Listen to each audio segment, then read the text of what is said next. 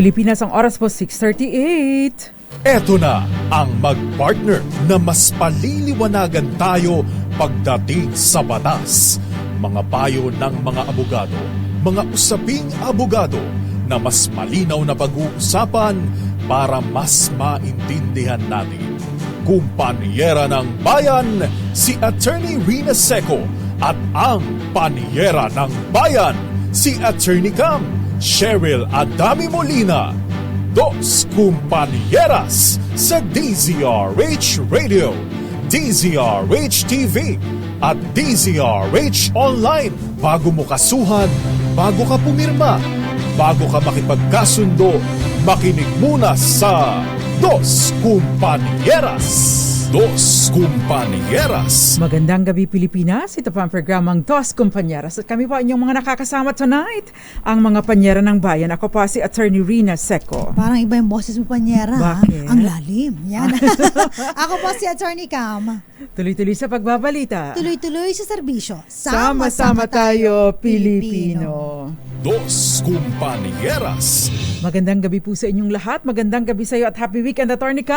Happy weekend! Ang pinakaabangan natin na weekend today. At syempre, abala pa rin po kami, dahil po nalalapit na talaga ang ating 85th anniversary celebration at syempre extended po ang aming mga activities dahil marami pa po kami mga pakulo na antabayan nyo lang po ang mga iba't ibang sorpresa hanggang sa 17, Attorney Cam. Tapos extended pa ito because of the gifts we are to give our listeners, yung mga loyal listeners natin. Dos Kumpanieras. Anyway, meron po tayong, bad news po ang hatid ko ngayon. Ako na lang maghahatid kasi last time si Attorney Cam ang naghatid ng bad news Pero kasado na naman po ang panibagong oil price hike sa susunod na linggo. Ayon po sa Oil Industry Management Bureau ng Department of Energy, 125 hanggang 150 ang posibleng taas sa presyo ng kada litro ng gasolina at 40 centavos hanggang 60 centavos naman sa diesel. Posible rin po na mag 60 hanggang 80 centavos ang pagtaas sa kada litro ng kerosene. At syempre yung final niyan malalaman natin on Tuesday. Dos Kumpanieras.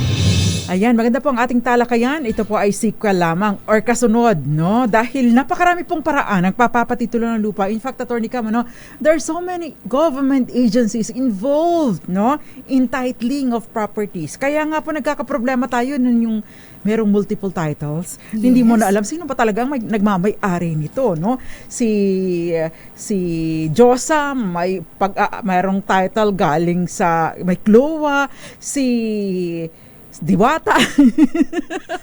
merong galing sa may emancipation patent. Si Encantada. merong title na galing sa sa judicial titling.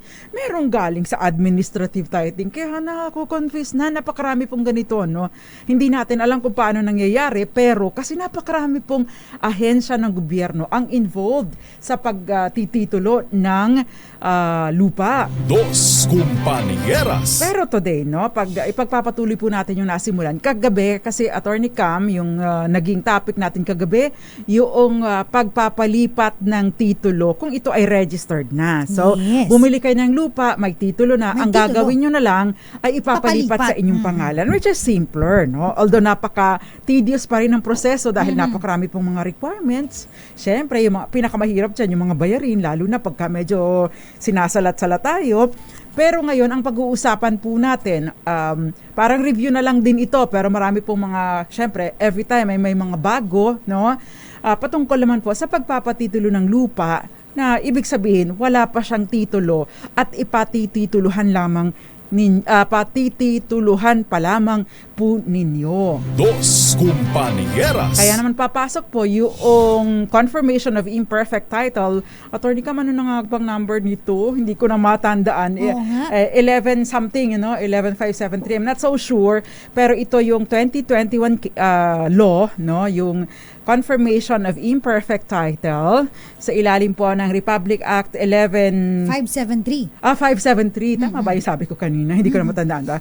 11573 na naisabatas po noong 2021 bago bumaba sa pwesto si Pangulong Rodrigo Duterte. Dos Compañeras. Maganda po itong batas na ito dahil po actually medyo pinasimple nito. Komplikado pa rin pero mas simplified kumpara doon sa mga provision po nitong Commonwealth Act number 141 at saka yung Property Registration Decree ng yung PD 1529, So ito po ay kumbaga nagsisilbing amyenda doon sa dalawang batas na ito.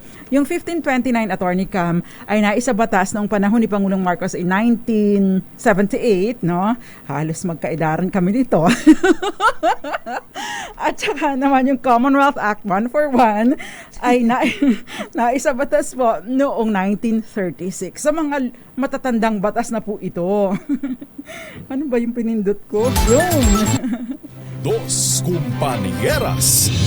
Ayan. So, yung po mga batas na yan, yung inamyendahan. Although hindi po totally nawala itong mga lumang batas na ito, meron lang pong mga improvements dito sa mga lumang batas na ito na sa pamamagitan po ng 11573, tama ba ako? 11573. Yan, yung confirmation of imperfect title. Dos Compañeras. At ito pong 11573 ay sinusuga ng Department Administrative Order 2021-38. Yun po naman yung mga implementing rules and guidelines, yung bibigay ng detalye doon sa confirmation of imperfect title. Ayan. Sa confirmation of imperfect title, ibig pong sabihin, yun pong lupa na hinahawakan ninyo, wala pong titulo, ever. Di ba? Parang bading na bading ako Wala pang titulo ever, ano ba tawag yung Gen Z, millennial? Hindi ko alam Baka Basta, na yan mga tama, Gen Z pa yan. Gen Z Kasi pa ang sunod sa Gen Z, Gen Alpha. Ay, hindi Ay, ko may na ganun alam pa. mga ganyan. Basta yun. So, yun po yun.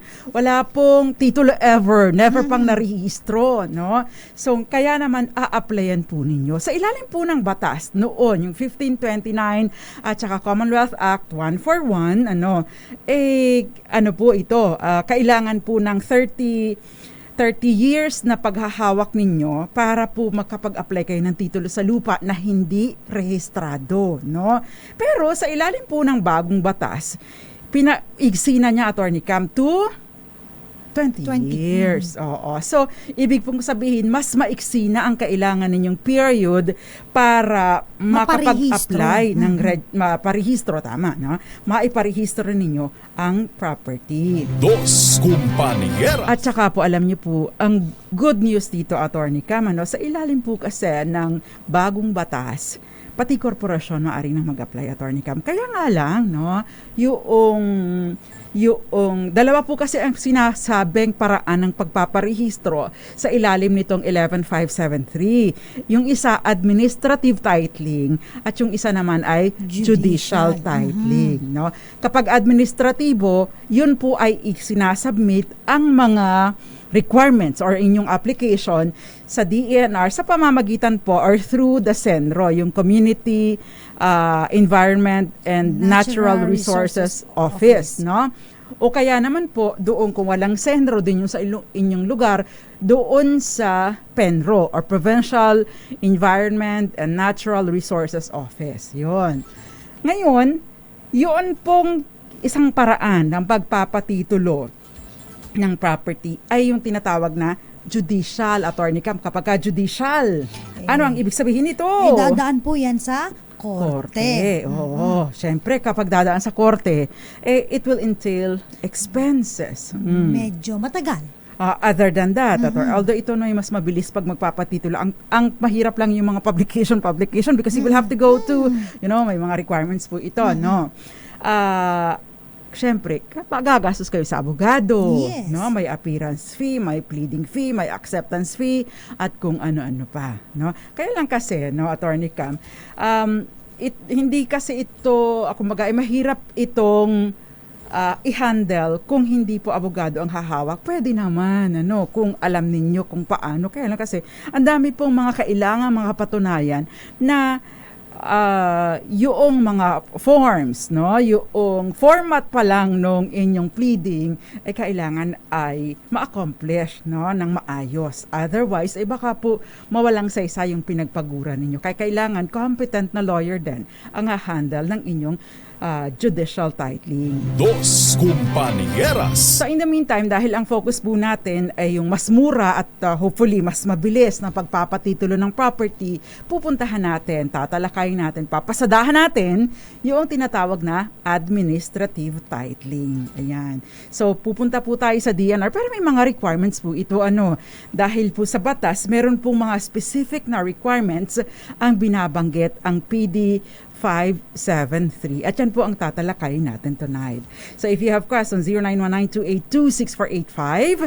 At pwede din po kayo magpadala ng inyong mga mensahe sa pamamagitan ng pag-comment sa ating DZRH TV 4K live stream on YouTube.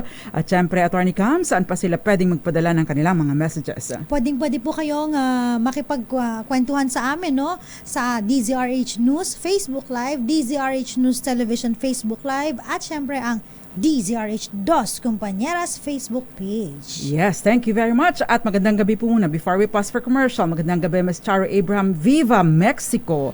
Ay, may question siya. Sasagutin po natin mamaya. Enrique Vista, Topex Hamolin, Rica Bagisi, Valentino Milena Poncia, Joby Barbecho, Gael Enriquez and Raul Destacamento. Nanonood din sa atin, Janice Fronda, Mami Belen Rivera, and Rudy Valpalma. Attorney Cam, next. Jerry Sumagaysay, magandang gabi po. Ivy Gutierrez and si Rico Bagisi nakiki-celebrate sa atin sa darating na 85th anniversary. Maraming salamat po.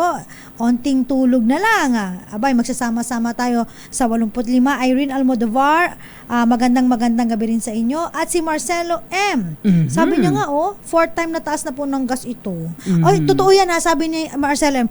Mahal po ang kamatis, luya at sibuyas. Totoo, kasi nung bumili ako, namalengke ako pa niya, na-shock ako dun sa kamatis. Luya. At saka luya. Hindi ko nararamdaman ng luya. Ay, Alam mo bakit? Bakit pa niya? Kasi bumili ako ng luya before, inilagay ko kagad sa paso. Ayun. Ngayon, kukuha na lang ako. Buti ka Ayan. pa. So, yun yung technique para hindi matuyo ang luya ninyo. Kaya nga magtatanim na ako ng kamatis Oo, na rin. kung may mga kung meron po kayong lupa, Aha. no? Importante po yan, take note, kapag ka po mag-administrative titling, meron pong specific requirement ang batas kasi kailangan po ng continuously occupied and cultivated. Take note, no? Magkaiba po yung requirement ng occupation and possession, no? Sa judicial at saka sa administrative. Dito, kailangan po ninyo yung continuous na occupation and cultivation. Anong ibig sabihin ng cultivation, Attorney Cam? Siyempre, kailangan ikaw yung nagtatanim doon. Tinitil mo ang lupa, Oo, sinasaka mo, sinasaka. tinataniman, productive. At hindi lang po basta-basta yung cultivation na binabanggit sa batas. Dahil meron pong specific na kaso patungkol dito. Ano ba yung tinatawag na cultivation? That would, that would qualify you, no? Para makapag-apply ng administrative titling. So, hindi siya yung pupunta doon, magtatanim ako ng isang ng isang puno ng bayabas, no? Hindi pwedeng ganoon, no? O kaya magtatanim ka ng 10 puno ng kalamansi. Hindi po yun pwede. Sansar Tenorio Pertes, ha? Alam mo na. Dos Compañeras. Eduardo Narvaez, Roxanne Costa, Violeta Montecalvo, Sembrano, Tita Ami Miraflor Garcia, gayon din Rico Bagisi, Renato C, Rowena Acha at Jobe Barbecho. Magandang gabi din sa iyo, Mami Belen Rivera at maraming iba pa. Si Benten na nagpapatulong na kay Gael para sagutin natin ang kanyang question.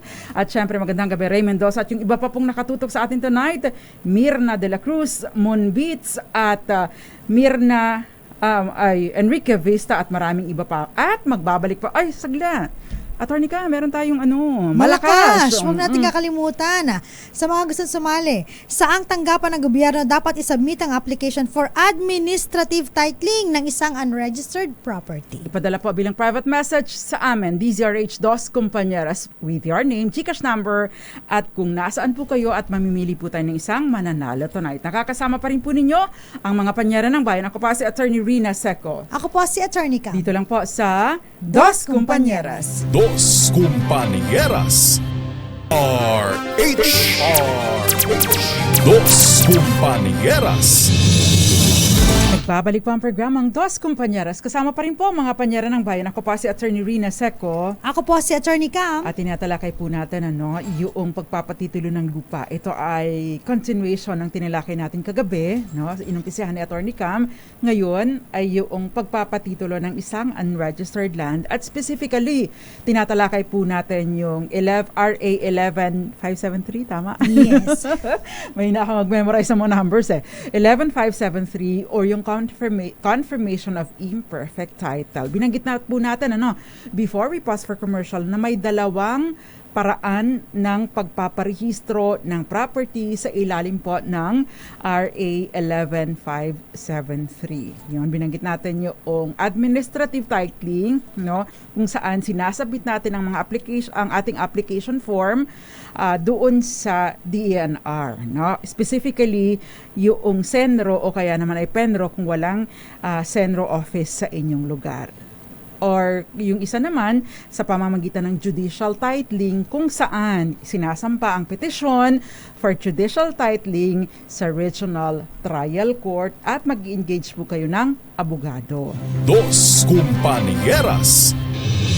So sa ilalim po nitong 11573, ang pwede pong mag-apply ng mga mag-apply ay yung natural, actually Filipino citizens pwede na po dito pwede po dito yung natural born at pwede din po dito yung mga dual citizens. Bakit? Bakit ba inaala yung dual citizens? Kasi di po ba kapag ka ikaw ay Filipino citizen, tapos nag-apply ka ng citizenship abroad, anong tawag doon, Attorney Cam? Nag-naturalized ka. Tapos nag-apply ka for dual citizenship, parang nare-reacquire mo nare-reinstate ka. So dati mong kumbaga status na isang Filipino citizen, at the same time yung mga karapatan mo bilang isang natural born Filipino citizen ay nababalik sa iyo, nare-reinstate sa iyo. Karapatan mo bumoto, magmay-ari ng lupa. In fact, hanggang 12 hectares maaari kang magmay-ari ng lupa. Dos Compañeras.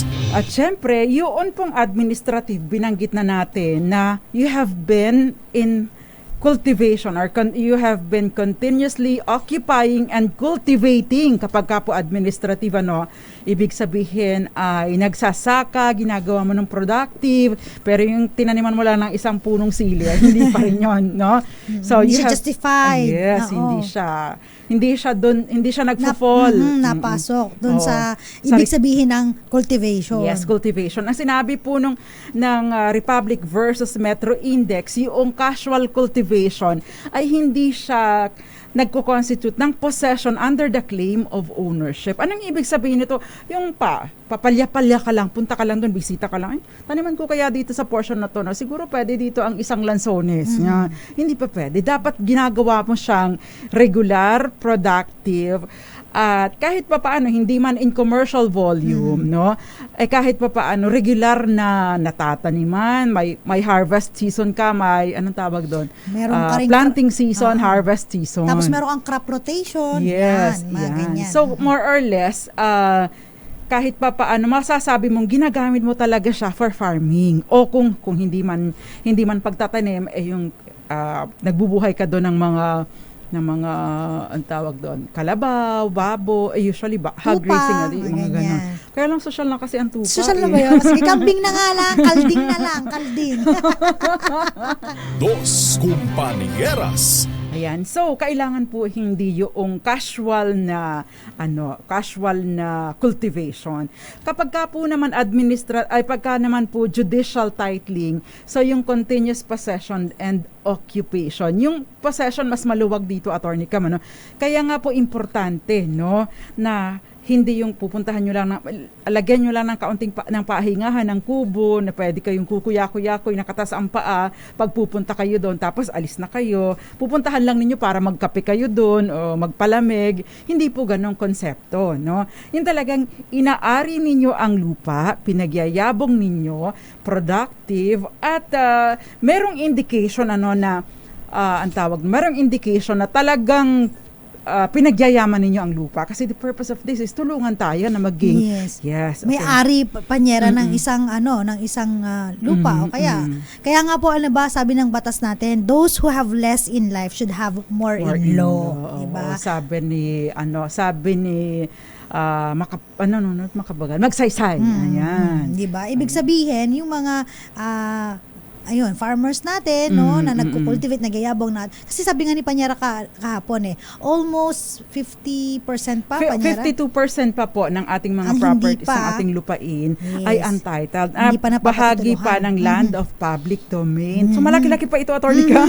Diba? Malaki-laki pa ang paghahati-hatian ng mga bata, mga susunod na henerasyon.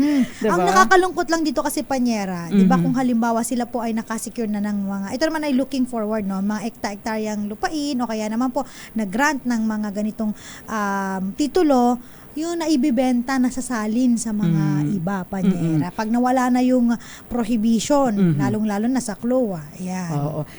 Ito namang dumaan dito sa administrative or judicial titling, Attorney Cam, under ng 11573. Dati po kasi merong restriction na 5 taon. From the time na grant sa iyo ang property, Correct. hindi mo maaaring ibenta. Sa ilalim po ng batas na ito, wala nang ganong restriction. Pero ang mga kondisyon po nito, hindi ka dapat beneficiaryo ng CARP. Kasi kung beneficiaryo ng CARP, hindi ka maaaring pumasok dito. Ayan. And, syempre, importante po na ikaw ay nagbabayad na ng amilyar. Kasi baka mamaya naman, Attorney Cam, wala ka man lang amilyar doon sa lupa mo. Pumunta ka lang doon, nagtanim ka ng kung ano-ano, tapos inari mo na, pero hindi ka nagbabayad ng buwis, Yes. no? Take note po, bagaman at hindi pruweba or katunayan ng pagmamay-ari ang tax declaration, kasi doon naman nag-uumpisa sa tax declaration. Saka pag may tax declaration ka, saka tuloy-tuloy dapat yung bayad mo ng amilyar. Pumunta ka lang doon, pumosisyon ka lang, pero hindi ka nagbabayad ng amilyar. Hindi naman po yung tama. Bakit? Pag mag-a-apply kayo, kailangan po ninyong maipakita yung tax declaration, Correct. proof of payment of the amilyar, which is yung real property tax na dapat binabayaran taon-taon, o kung hindi man natin pinapagado ng one-time payment sa taon-taon, quarterly. May binabayad tayo sa munisipyo, di ba? Yan.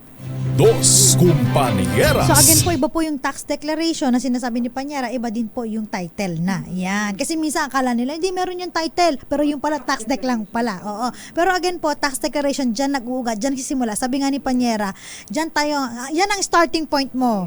Oo, yan. Kumbaga sa karera, yan ang starting line mo. Tapos lalakad tayo ng Kasi ang sabi nga po, taon. sabi nga po sa batas, at saka ng mga ating jurisprudence, yung tax declaration, pagkatapos yung occupation ng property, yun ang pag-uugatan. Kumbaga ay indicia of ownership, kumbaga ay showing na meron kang interest sa property kasi walang matinong tao na babayaran ang buwis ng kung sino mang Poncio Pilato, no? Na wala namang interest. Maliban na lamang kung niregaluhan ka. O sige, yun na lang. Attorney Cam, yun na lang ang regalo mo sa akin. Bayaran mo yung capital gains tax ko. Ay, ikaw magre-regalo sa akin. Diba? Parang Bayan naman tayong ganun, Sino sa inyo nakaranas na ng regaluhan ng amilyar? Walang declaration, no? Bihirang-bihira pa siguro. Ate, tulungan mo na ako pambayad ng buwis. May ganon. Pero walang tao na magbabayad o magbabayad ng walang interest. Doon sa property. Yes. Usually kaya nagbabayad. May plano yan in the future.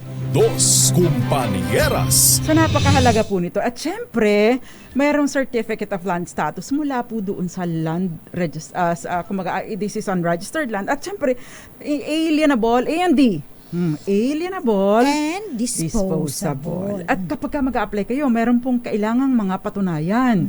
Yung ocean possession, Attorney Cam. Paki-explain mo nga itong ocean possession. Yung ocean possession, hindi po yan yung lalangoy kayo sa dagat, no? Ang ocean po yung, Karagatan? abbreviation po yan, no? Lagi namin ina-abbreviate yan. Ibig sabihin, ang possession niyo po ay open. Ito po, lantaran na ikaw ang hayagan. Walang sikreto. Baka naman yung kapitbahay nakikilala na sikretan ikaw. na aking lupa na yan. Alam nila na ikaw yan. Yung C, continuous. Tuloy-tuloy. Tuloy-tuloy. Requirement po ng batas, 20 anyos, 20 years. Pero may tinatawag tayong taking of possession. Anong ibig sabihin nito? Yan. Ang taking of possession pa niya. Halimbawa, no, si Attorney Cam, may property si Papa William, unregistered. Pero pagmamay-ari na ito ni Attorney ni Papa William for halimbawa say 19 years or 19 years. So, kung halimbawa po after 19 years, no, ito ay iniregalo niya kay Attorney Cam, dahil ikaw ay mabuting anak, nireregalo ko sa iyo ito sa pamamagitan ng deed of donation. Di after 1 year, dahil after 1 year, nakalabing-siyam na si Papa William, si Attorney Cam, mag-aantay na lamang siya ng 1 taon Sana lang. para ma-meet yung 20 anyos na requirement ng batas. Yes. Yun. So, ibig pong sabihin, at least yung pinag-ugatan ng possession ninyo or pagmamay-ari ninyo ay in the concept din ng owner, no? So, ibig sabihin, si Papa William, pagmamay-ari na niya ito, bagaman at ito ay hindi pa rehistrado. Yes. Dos Compañeras. Sunod yan yung letter E, exclusive. Dapat baka merong kaagaw pa kayo dyan. Dapat hindi pwedeng may kahati ka or what. Hindi akin yan nag-aaway pa kayo. Nag-aaway Yun pa pala. Yung isa ang nakapwesto, nakaposisyon, yung isa ang nagbabayad ng amilyar, hindi pwedeng ganun, no? May conflicting interest, no? Yes. Pero kung ito po ay halimbawa, Attorney Cam, babayaran ko muna yung amilyar mo dahil mabait ka sa akin. Anak, babayaran ko muna yung amilyar mo dahil mabait ka sa akin. Pwede yung ganun dahil binabayaran mo siya on behalf or para doon sa nagsasabing siya ang may-ari. Pero kung magkaiba ang interest ng nagbabayad ng amilyar at ang nakaposisyon sa lupa, malaking problema po ninyo. Diba? So next, Attorney Cam. Next natin dyan. Tapos na tayo sa letter E. Letter A na adverse. Adverse. Anong ibig sabihin ng adverse? Kaya niyong ipagtanggol ito. Against all other claimants. Tapos, at saka patunayan nyo na ito ay hindi yung tawag dito yung binigyan ka lang ng permiso. Yes, diba? Hindi yung pinagamit lang sa iyo. Hindi pinahiram. Hindi ka caretaker lang. Yan, tama diba? yun. O kaya ikaw hindi lessee lamang na nilis mo yung lupa. Syempre, habang naglilis ka, nire-recognize mo pa din ang pagmamay-ari ng totoong may-ari nito. At ang pinakalas natin yung letter N, ang ibig sabihin po niyan ay notorious. Kasama na din sa sinasabi doon sa kaso ng Republic versus Index, notorious yung pag ginagamit mo talaga yung property, you are making it productive. Ayan, kasama na din po yan. At kaya mong ipagtanggol. Pag pumunta doon, sana po yung property daw dito ni Attorney Cam? Nandun po yan sa kabilang ibaya. Doon, humaba pa ang uso ni Cap. Tapos doon, may mga taniman po doon ng mga tabako. Sa Ilocos kasi, yan ang aming main product, tabako. So yan po ang napaka-importanteng ma-establish ninyo. Dos Compañeras. At take note po kapag ka po ganito mag-a-apply po kayo, magkakaroon po ng inspection. Ayan. At yan ang pagkaantabayanan ninyo. Alam mo, Attorney Cam, meron akong kakilala mga kakilala na nawalan ng property. Bakit? Kasi may nag-apply ng title sa property nila. Nako! Alam mo kung anong nangyari? Ano? May bahay. Doon nakatira yung totoong may-ari. Si Madam, nakapangasawa ng AFAM. Si Madam na nakapangasawa ng AFAM, nagkapera. Nag-engage ng abogadong medyo loko-loko. Naku po. Sorry po Tapos alam mo nangyari, kasi alam niya na walang mga title, yung mga may-ari nito, in-applyan ni Madam AFAM, ni Madam na asawa ng AFAM, ng title yung property. Nagkaroon ng inspection. Yung mga yung mga nag-inspect, pinamerienda ni Madam, inistima ng mahusay, pinag-swim sa kanilang swimming pool, pati ang mga pamilya. Alam mo nangyari? Yung mga nakatira doon, wala na pala silang lupa. Tinitirahan lang nila at may titulo na si asawa ng AFAM. Kapag po may dumating na nag-inspect, make sure na kung talaga kayo may-ari. Hindi po, kami po ang may-ari nito. Huwag po ninyong didedmahin, huwag niyo pong iisnabin. malaking bagay po yung mga nagsasurvey na yan. Baka mamaya po maagawan kayo ng property. Kaya ingat-ingat din. Dos Compañeras. Alerto. Yan. So, importante po yun. Yung inspection, crucial yan. Yung mga Crucial. survey na yan. Crucial yan. Oo. Pag nagtatanong sino po may-ari nito, alerto, present kami po may-ari nito. No? Tatanungin ka, ilang taon na po kayo dyan? Ay, hindi ko po matandaan. Pero dito na po, inilibing ang pusod ko. Parang politiko lang. Oo, parang dito na po nakatira yung lolo't lolo ko pa po. Dito diba? na po ako na ginawa ni nanay at Oo, tatay. diba? Diba? So, importante po ito, wag niyong dinidedma ang mga surveyors at ang mga inspectors. Crucial po ang role nila. Kaya pag medyo ginalit ninyo, baka mamaya iba ang ma-report niyan. Dos Compañeras. Yan. So, syempre, yan, sila rin po yung mga nagsisurvey, yung magkakaroon ng mga, gagawa ng mga technical description, yung cadastral map, and yung mga, ano ba tawag, may mga sepia pa yun, no? Yung mga ganyan. Oo. Yan. By the way, sa ilalim po nitong batas na ito, yun pang magsasurvey ay libre na. Mura lang yung babay, parang 150 pesos lang. Pero, syempre, pipila ka pa dito. Unlike yung ikaw ay, pero pwede ka rin po mag-engage ng private surveyor. No? Kaya nga, mas mapapabilis ka kung ikaw ang mag-engage. No? Pag mag-aantay ka, syempre, medyo may katagalan dahil marami din ang inaasikaso, hindi naman yan 1:1, di ba? Dos Compañeras. So, yan po ang mga kailangan ninyong patunayan. By the way, nakakatulong din po yun yung mga sulat ng mga nakaraang araw, ng nakaraang taon, kung kayo may mga love letters galing kasi 'di ba, Attorney Cam, nung bago pa nausang internet, no? Magpapadala ang inyong OFW na asawa, kapatid, manugang o kung ano man, papadala yan ng tape, 'di ba? Yung Yes. cassette tape, ipinapadala yan via ano bang courier yun? No? Kung ano mang courier, nandun yung address ng bahay ninyo, hindi po ba? Magagamit po ninyo yan. Lalo na indicating, no? Kung kayo mag-a-apply, indicating na yan ang address ninyo, tapos pinadala sa inyo no 1980s, 90s, at yun yung address na yun, magagamit po ninyo patunay that you have been occupying the property, you have been in possession of the property for X number of years.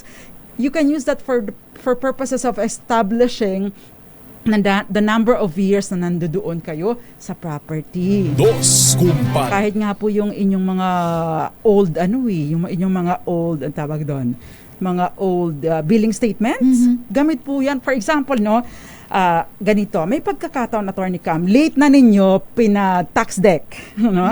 Diba? Say, 10 years ago nyo lang pina-tax deck yung property, na-declare ninyo for tax purposes ang property.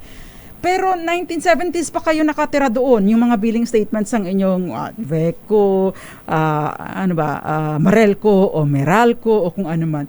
Magagamit po ninyo for purposes of establishing yung number of years na nandoon kayo. Kahit pa sa tax declaration, 10 taon pa lang ninyo nababayaran. Kaya lahat po ng bagay ay may silbi. Dos Compañeras. Basta po huwag niyo kakalimutan, no, kapag halimbawang pagpaparehistro po kayo ng lupa, ng mga unregistered land, kukuha po kayo ng certification sa DAR na itong lupang to ay hindi pa napaparehistro sa ilalim ng DAR. So, yes, yan. So, mga importanteng, sabi niya, pati love letter at birthday card, naitabi ko. Grabe, Ayan, talaga. Benten, Attorney Cap, sagutin mo na nga itong kay Benten dahil nag-aantay daw siya. Si Benten, sabi niya, may tanong po ako, may property ako sa harap ng kalsada, tapos yung property sa likod, gusto gumawa ng culvert, idadaan sa property ko, pwede ba yun? I-check po ninyo yung National Building Code. Meron po yung mga batas. Kasi kung sa ilalim ng bahay mo, delikado yan. Kasi pag nag-collapse yan, delikado yan. In fact, sa mga subdivision, pag merong mga ganito na parang, ano po to, yung malalaking bilog diba na yung panyera, bilog yan? Oo. na nakikita mo sa mga pag kalye nag-iba kapag dyan, nagpapagawa. delikado ka, yes. In fact, sa mga Hindi dapat subdivision, yan sa ilalim ng bahay mo. dapat kapag may ganun na nakadaan, bawal pong lagyan ng bahay sa ibabaw. Yes, oo. Tapos yun, hindi bubutasin pa. Oo, bubutasin. Hindi, hazard siya. No? Yes, So, hindi po dapat ganito. Dos Compañeras. Okay, before we pause for commercial, ito po, may mga questions kasi. May tanong lang po ako, attorney. May property ako sa harap ng kalsada, may building permit na ako, nag-construct ako ng building. Tapos po, pinahinto kanina ng engineer kasi daw po yung kapitbahay ito naman pala, kapitbahay ko sa likod may pinapagawa daw na culvert na idadaan sa property ko. Ay, hindi po pwedeng ganun. Pareho lang siguro itong si Benten at saka si Viva Mexico. Yun. So, nasagot na natin ito. Dos Compañeras. Yung mga nanonood sa atin dyan saan ka nanonood? Yun ang Enrique Vista. Kasi automatic daw. Pag 6:30 ng gabi, nanonood siya sa atin. Attorney Cam, basa ka muna. Ito Panyero, ako baka kailangan muna natin mag-commercial. Basahin ko lang po yung ating Malakas Okay. online promo para po sa mga gustong sumali. Napakadali lang po na ating katanungan. Saang tanggapan ng gobyerno dapat is-submit ang application for administrative titling ng isang unregistered property. Okay, ipadala po bilang private message sa amin, DZRH Dos Compañeras Facebook page. Siyempre, with your name, your Gcash number, at kung nasaan po kayo. Before we pause for commercial, Attorney Cam, yung question ni Mary Rose, may nabili po akong portion ng lupa na may title. Ang unang nakabili, tax deck lang po ang nilipat sa kanilang pangalan. Tapos, nabili po ng uncle ko. Tapos yung uncle ko, namatay. Tapos, binenta po sa amin ng anak niya. Ang question ko po, attorney, paano ko po ba gagawin para mapatitulo sa amin ang property? Ito ay parang sayo na ito, yung topic natin kagabi, Attorney Cam, continuation. Pero medyo komplikado dahil ang dami ng mga pinaglipatan na hindi naasikaso ang pagpapalipat ng title ng property. Yan po at iba pa ang ating tatalakayin sa ating pong pagbabalik. Nakakasama pa rin po ninyo ang mga panyaran ng bayan. Ako pa si Attorney Rina Seco. Ako po si Attorney Cam. Dito lang po sa Dos Compañeras. Dos Compañeras. Ang oras po natin, 17 minutes after 7 in the evening. Dos Compañeras. Nagbabalik pa ang programang Dos Compañeras. Kasama pa rin po ang mga panyaran ng bayan. Ako pa si Attorney Rina Seco. Ako po si Attorney Cam. At tinatalakay po natin ano yung titling ng property. Ayan. So, yung, by the way, yung po mga sumagot ng Register of Deeds, mali po kayo. Kasi yung Register of Deeds po, sila lang po yung nag-i-issue, no? Sila lang po yung nag-i-issue. Kapag ka may, say for example, sa judicial titling, may order na mula sa korte na nagsasabi na, o sige, issuehan niya ng title. O kaya naman yung kapag ka po meron ng na-process kayo sa DNR at na-approve, no? So, hindi po ang Register of Deeds ang nagtititulo, no? Sila lang po yung taga-issue. Yan. At sila din po yung repository ng mga land titles. Ibig sabihin, yung, di ba, dalawa po ang kopya ng title natin, yung isa sa inyo at yung isa nasa Register of Deeds. Para yun po, kung may bentahan at nag-due diligence, yun pong nasa Register of Deeds, hingi po tayo doon ng certified true copy para ma-compare po natin doon sa kopya ng nagbebenta sa inyo kasi baka mamaya may mga transactions hindi nagre-reflect doon sa likod noong title na pinapakita sa inyo ng owner, yung pala na-cancel na, di malaking problema nyo. Correct. Diba? Yan. So hindi po sila yung nagtititulo, no? Wala po silang kinalaman doon, sila lang ang taga-issue. Dos Compañeras. Yung question po ni Mary Rose, yung nakabili ng portion ng lupa na may title, yung merong unang buyer, no? Tapos si unang buyer, hindi naman na ipa-title o napalipat ni unang buyer yung title sa kanyang pangalan, pero yung tax declaration na ipalipat niya. So ibig sabihin yung title nandun pa rin sa original. Say for example sa kay O, the original owner, no? Pagkatapos binili yung first buyer, ibinenta naman niya sa iba, no? Tapos si pangalawang buyer binili ng uncle, yung pangalawang buyer si uncle. Si uncle namatay, meron siyang anak, di naman ni anak. Pagkatapos si anak ibinenta dito kay Mary Rose. So napakahabang proseso, Attorney Cam. I hope yung unang transaction mula kay O papunta doon sa first buyer ay nabayaran ang capital gains tax. Kasi malaking problema yan pag hindi nabayaran. And I hope, ito ay covered by yung notarized deed of sale. Yung pangalawa, yung pagbili doon kay first buyer, papunta doon kay uncle kasi binili ni uncle. So, capital gains tax pa din yun. Ngayon, nung namatay si uncle, minana ni anak. Ni pinsan mo. So, yung pinsan mo, dapat ay sinettle niya yung estate ni uncle. Estate tax yun. Take note, Pagkatapos, yung estate, pag nasettle yung estate tax, tapos binenta sa inyo, yun ang capital gains tax. So napakarami nito, Attorney Cam, mula sa first buyer papunta sa second buyer, pagkatapos capital tapos estate tax, tapos another capital gains tax. I hope yung sequence na ito o itong mga bayarin na ito ay covered. Mahirap ito kasi bago ka makakuha ng e-car, kailangan mapatunayan na lahat ng tax liabilities nito ay nabayaran. Take note po, meron pong iba pang usapin yung amilyar, ha? I hope nababayaran din ang amilyar. But if not, take advantage of the real property amnesty na pwede nyong i-avail within 2 years. Ayan. Tapos yung estate tax amnesty hanggang June 14, 2025. Ayan.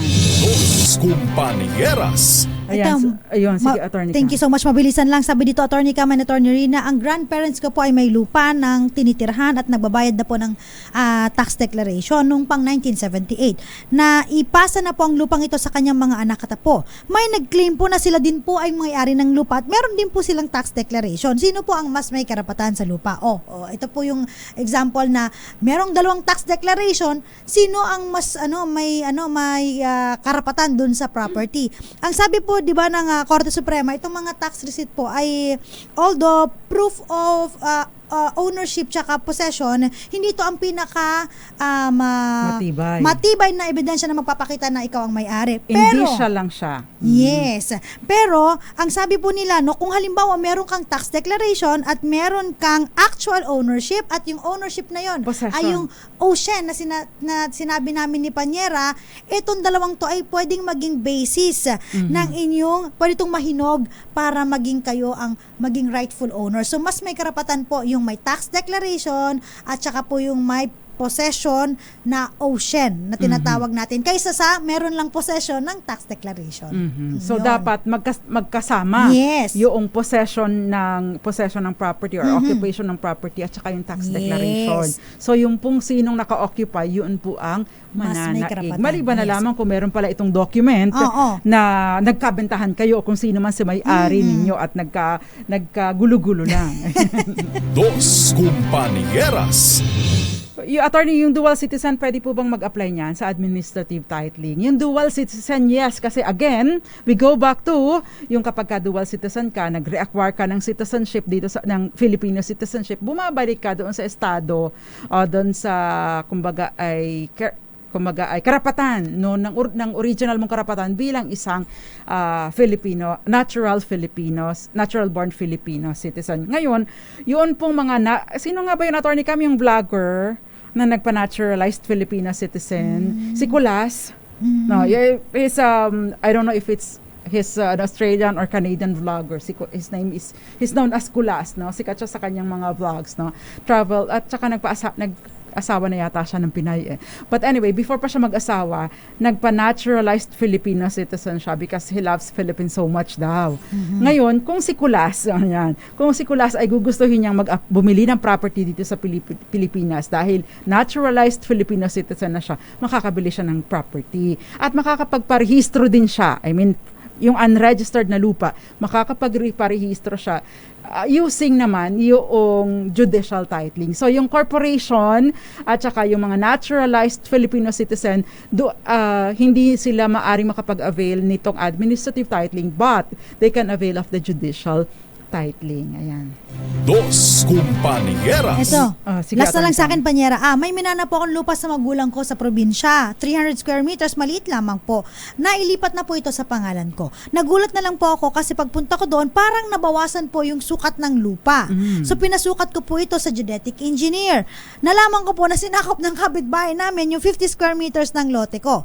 Ayaw pong pumayag ng kapitbahay namin dahil ito daw po ay namana na nila sa parents nila at matagal nang ino-occupy ang lupa at into a ocean possession. Yan. So, sino po ba ang sa Title amin ba ng- yung isa? At yung isa may titulo. Yung isa, sinasabi niya, yung siya ay merong actual possession ocean. Yung open, continuous, exclusive, and notorious, tsaka adverse. Ang sabi po dito, no, ng Korte Suprema, ikaw, Romel, mas may karapatan ka. Again po, kapag meron ka pong titulo, no, ito po indefeasible. Once registered, cannot be defeated. Sabi ng adverse, open and continuous, notorious yung ocean possession. So, again po, ang pinakamatibay na ebidensya, ikaw may-ari ng property, may meets and bounds, yun po ang iyong titulo. Tandaan po ninyo sa tax declaration, yung mga sukat po dyan, lagi yang more or less. Yes. By the way, kung halimbawa nasa ganong sitwasyon kayo at merong pagkakamali no na napatituluhan yung portion ng property ninyo dahil nagsinungaling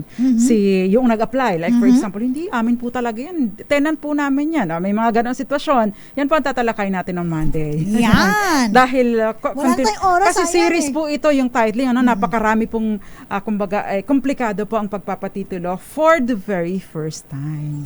Parang 'di ba, Madonna lang touched for the very first time. Dos Compañeras. Okay, kung kayo po itong nagtatanong kung meron po kayong permit, there is no reason bakit kayo haharangin ng building ng municipal or city engineer, building engineer, Yun pong pagpapatay ng culvert, dapat meron din po yung permit. At I don't see any reason kung bakit sila mabibigyan ng permit to construct a culvert sa isang lugar na merong nakatayong bahay. Totoo yan. So, pwede po ninyong questionin, At tanungin yung other party, or mas maganda mag-coordinate po kayo sa engineer, building engineer. Yan. Dos Compañeras. At sa tanong na, Attorney Cam. Sa ating Malakas online promo, kayo ba'y sumagot na dahil ang ating katanungan ay, eto po, saang tanggapan ng gobyerno dapat isubmit ang application for administrative titling ng isang unregistered property? Ang sagot po Ang ay sagot ay sa Senro, Penro, or DENR. DENR. Okay, usually Penro or Senro. Yes. Congratulations sa iyo na sumagot siya ng Senro or Penro. Taga Pateros. Congratulations sa iyo. Nakalagay na din yung kanyang Gcash number, Maria Juliana Angeles. Congratulations sa iyo. Ayan, nasaan na ba yung clap?